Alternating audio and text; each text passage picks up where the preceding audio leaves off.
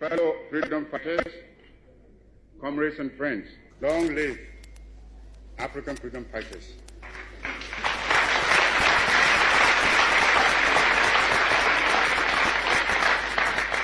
Long live African independence.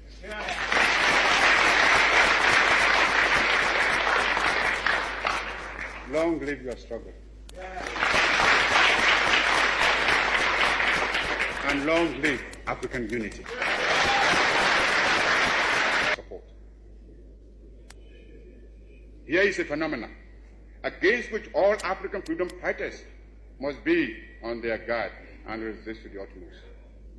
Even though I appreciate the difficulties facing us, I must admit, I find it strange to watch some of us returning willingly to the colonialist fold. This time, they don't even have the excuse of being forced to subject themselves to foreign domination.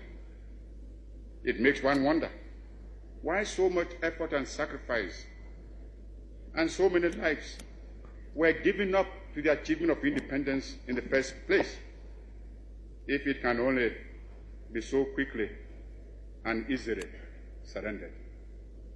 We must begin to build immediately our own continental common market. For it is easy for anyone who studies the common market organization closely to realize that the common market is aimed at harnessing the African countries to satisfy the profit lust of the imperialist bloc and to prevent us from following an independent neutralist policy.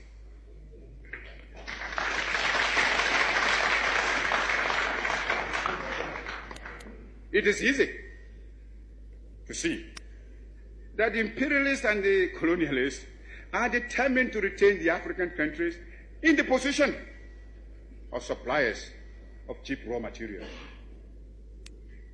If we do not resist this threat, and if we throw in our lot with the common market, we shall doom the economy of Africa to a state of perpetual subjection to the economy of Western Europe. This will, of course, hinder the industrialization of our young African states. It is impossible to think of economic development and national independence without possessing an unfettered capacity for maintaining a strong industrial power. The activities of the common market are therefore fraught with dangerous political and economic consequences for the independent African states.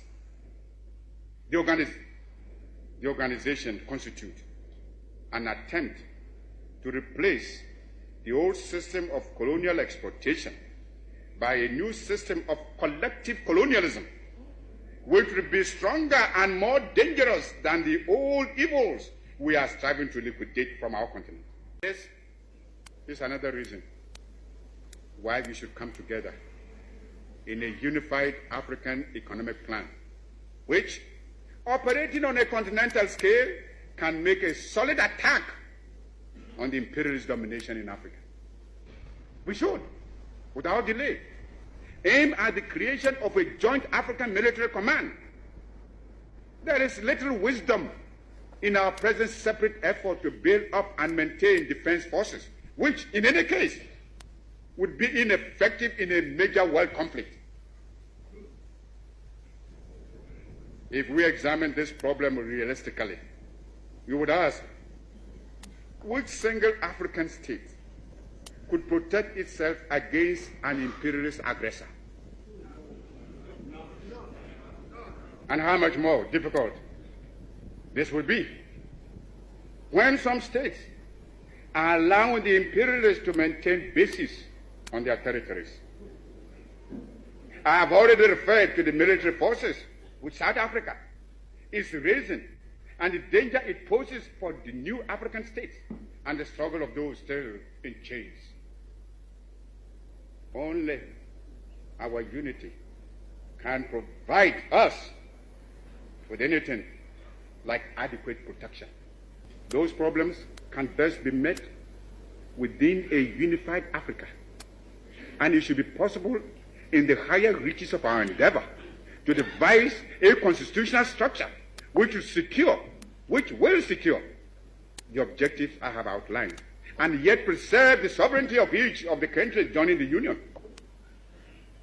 Countries within the Union will naturally maintain their own constitutions, continue to use their own national emblems and national anthems and other symbols and paraphernalia of sovereignty. Regional associations and territorial groupings can only be other forms of balkanization unless they are conceived within the framework of a continental union. There are existing models which we can modify or adapt to our pattern.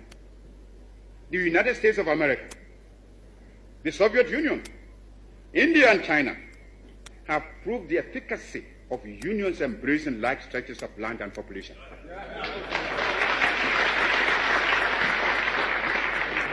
Long live African freedom fighters.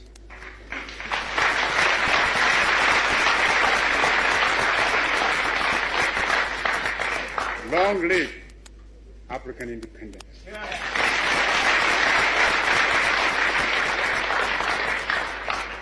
Long live your struggle.